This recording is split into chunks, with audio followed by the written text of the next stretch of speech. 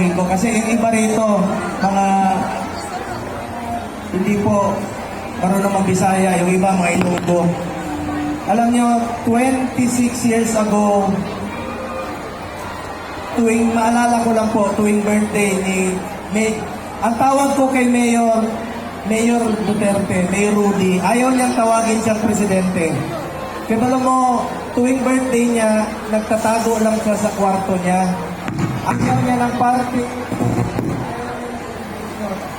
At parati niyang pinapaalala sa akin, sabi niya, Bong, sekreto lang tayo, punta tayo sa mga cancer patients, punta tayo ng Smoky Mountain, punta tayo sa mga illegal settlers dyan sa Santa Ana, dyan sa nag-party noon. Napakasimpleng tao naman po wala'y kaarte-arte sa lawas.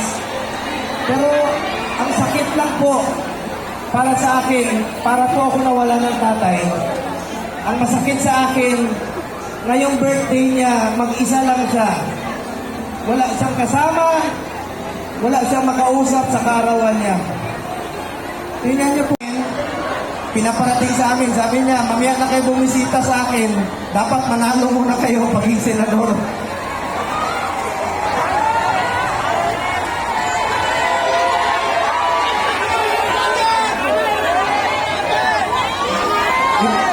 Ipapakita ko lang sa inyo yung mga birthdays niya noong nakaraang taon. Asan na itong picture? Ken, ang picture, Ken. Wow. Yung mga pictures niya ng nakaraang birthday niya, pakita ko sa inyo.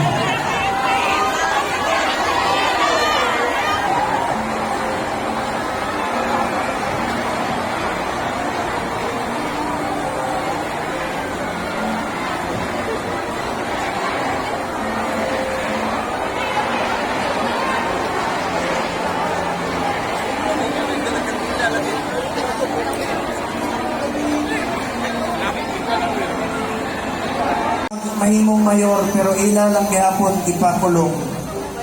Sakit kayo, tigulang na 8 years old na si Tatay Digong. Ang akong wish kay Tatay Digong, muabot pa siya og 150 years old. Para mumalik pa siya dire sa Davao o magserbisyo pa siya dire sa ato mga kaigsunan. Hangyo lang ko sa inyo, ayaw ninyo kalimpi. And of course, ang pamilya Duterte. Hangyo ko sa inyo, ayaw ninyo pasanggi. Ang pagmamahal ninyo kay Tatay Digong, pagmamahal nyo na rin po yan kay Sara Duterte at sa lahat, kay Mayor Baste at sa lahat pa. Daghang salamat.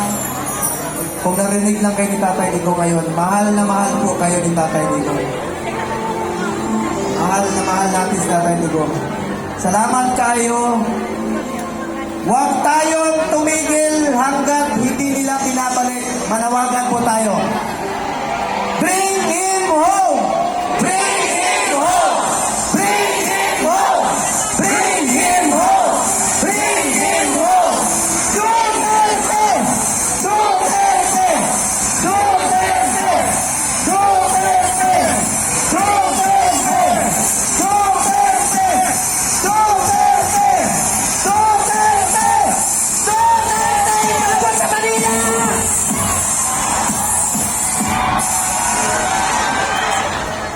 Unta, madunggan talit to. Ayaw mo ba bungol-bungol? Salamat kayo. Mayong gabi.